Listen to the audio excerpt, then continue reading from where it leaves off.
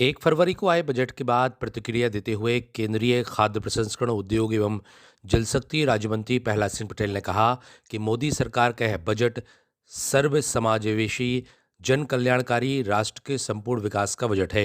इस बजट में मध्यम वर्ग, महिलाओं, युवाओं, किसान और हर वर्ग का विशेष ध्यान रखा गया है। इस बजट ने मध्यम वर्ग के लोगों की आंखों में नई उम्मीद जगाई है।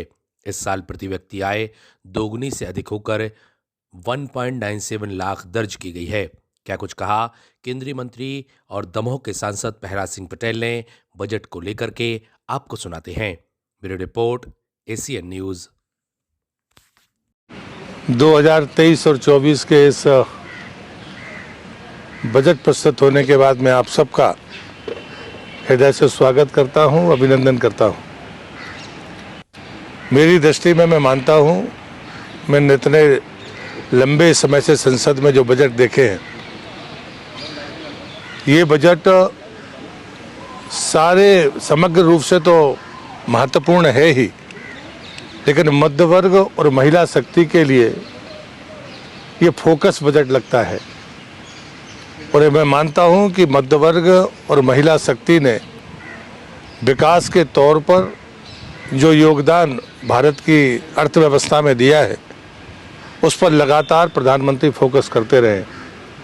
इसलिए मैं आदरणीय प्रधानमंत्री जी का और उनके नेतृत्व में ये बजट प्रस्तुत करने वाले आदरणीय वित्त मंत्री जी का हृदय से आभार व्यक्त करता हूँ। मेरे पास में 2 मंत्रालय हैं। जल जीवन मिशन मेरे पास है। पिछले वर्ष 60,000 करोड़ रुपया उसके लिए रखा गया था।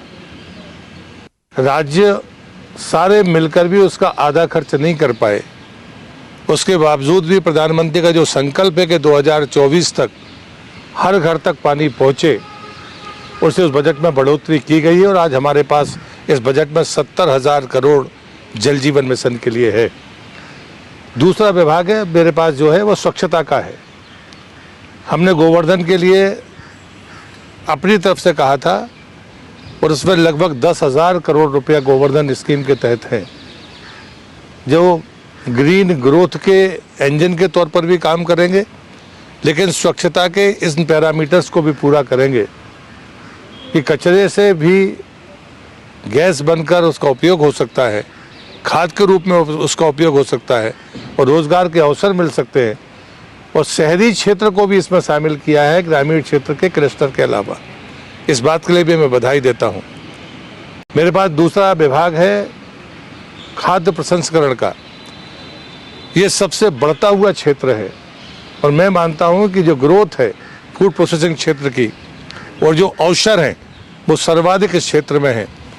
मिलेट्स ईयर घोषित होने के बाद जहाँ हम दूसरे नंबर पर निर्यातक के तौर पर भी हैं और उत्पादन के क्षेत्र में भी हैं, अगर प्रोसेसिंग के इस सिस्टम को हम आगे बढ़ाएंगे तो निश्चित रूप से हम दुनिया के बाज़ार में अपनी महत्वपूर्ण भूमिका अदा कर सकते हैं।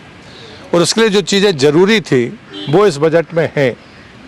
एक तो जो जिसको दक्षिण हम सिरियन भी कहते हैं, मोटे अनाज को, उसके लिए जो इंस्टीट्यूट था हैदराबाद में हमारा, उसको नेशनल एक्सीलेंस के रूप में भी उसको अपग्रेड करने की बात हुई है। दूसरी बात थी कि हमने टॉप से टोटल किया था।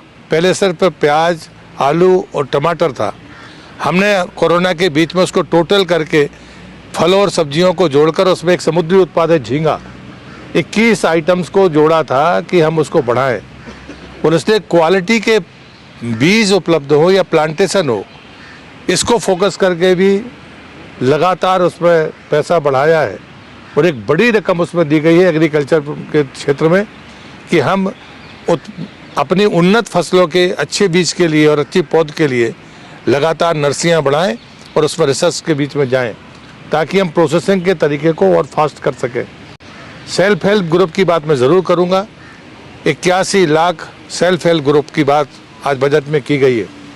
पिछले बजट में 2 lakh self help group, society और एफपीओ को 10,000 करोड़ रुपया बजट में था।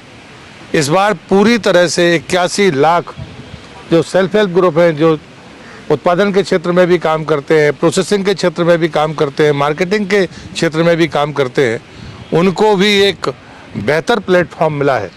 मैं मानता हूं इसलिए कि ये पूरा बजट मध्य वर्ग और महिला शक्ति के लिए समर्पित है। अगर मैं मिलेट्स की बात करूंगा तो मैं मानता हूं कि फूड प्रोसेसिंग के क्षेत्र में मिलेट्स वरदान साबित होगा। अभी G20 में भी प्रधानमंत्री जी ने जितने भी हमारे डेलीगेट्स आएंगे, आयोजन होंगे, उसके ब्रेकफास्ट में मिलेट्स को कंपलसरी किया है। इसलिए फूड प्रोसेसिंग के क्षेत्र को इन सब तरफ से भी मदद मिलने वाली है। जब मैं मध्य वर्ग की बात करता हूं तो ये बात ज़रूर कहूँगा कि टैक्स उस सब के लिए इनकम टैक्स का स्लैब हमेशा से आकर्षित करता रहा है, और वो लोग जो पेंशनर्स हैं, जो वृद्ध अवस्था में हैं, उनके सामने भले वो टैक्स कम देते होंगे लेकिन भरने की समस्या थी। आज की इन घोषणाओं से निश्चित रूप से उनको रास्ता मिला है। अंत में मैं इतना ही कहूँगा कि हमारे सरकार के पास पैसा है, ये सबसे अहम बात है। हम दुनिया में 5वें नंबर की इकोनॉमी बने हैं।